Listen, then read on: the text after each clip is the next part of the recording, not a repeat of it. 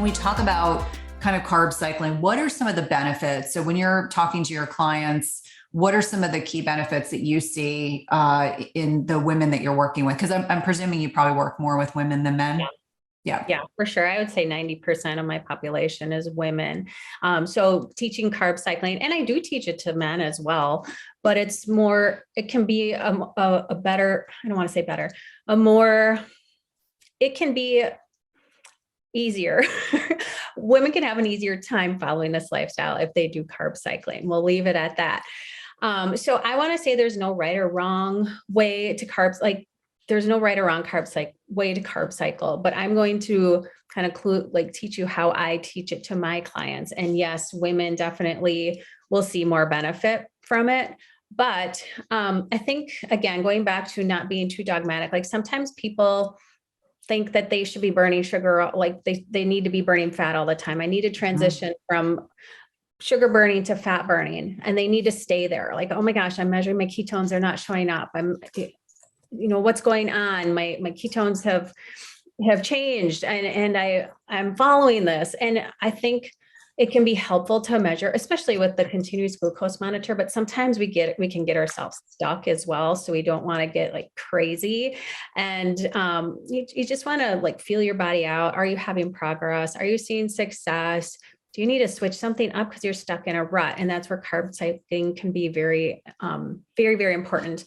But going back to the carb quiz, it's just nice to know like where to start at. And then that makes carb cycling a little bit easier.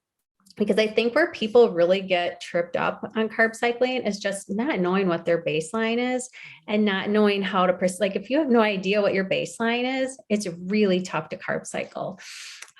So how I teach carb cycling, it really depends on where you are in your life. But if you're menstruating versus not menstruating, and I kind of throw the non-menstruating women in kind of with the men, because your hormones are no longer fluctuating. That perimenopausal time can be tricky. And I like to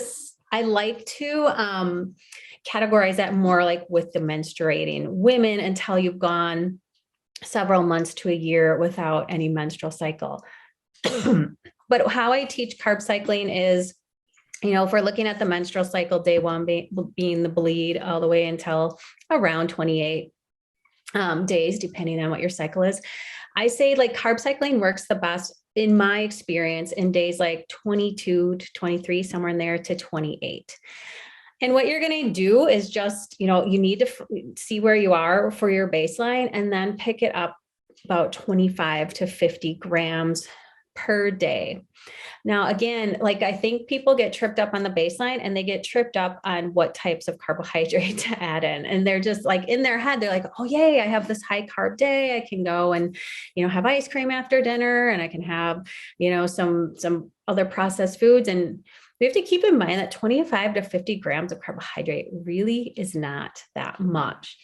It's enough for your body to maybe kick in and out of ketosis more often during that week. But we're not talking about, I don't know if you want to call them cheat days or binge days or whatever it is. You want to be really careful mentally, like where you're at, and say, okay, I'm going to, these 25 to 50 grams of carbohydrate that I'm going to be more lenient with this week, I'm going to be very strategic, and I'm going to look at the whole foods and the high fiber foods, maybe some starchy vegetables, some extra fruit, some sort of food that's still going to serve your body well, but again, be able to kick yourself in and out of ketosis a little bit more often. Because I think, like sometimes people want to adapt the ketogenic diet, which I'm in favor for the vast majority of people. And sometimes when you take that carb quiz, it will give you that, the approach that's more of a ketogenic approach. So you're burning fat more than you're burning carbohydrates, but we can get stuck there too. And we don't want to be stuck in ketosis all the time either. And that's where carb cycling comes in.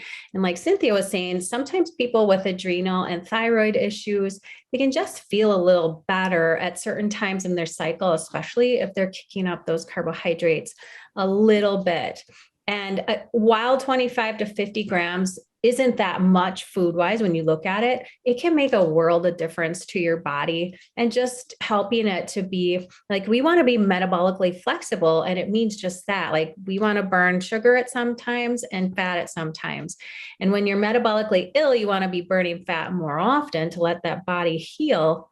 But we don't want to not know how to burn carbohydrate either. So that's where the carb cycling comes in, and bumping it up those days during that part of your menstrual cycle.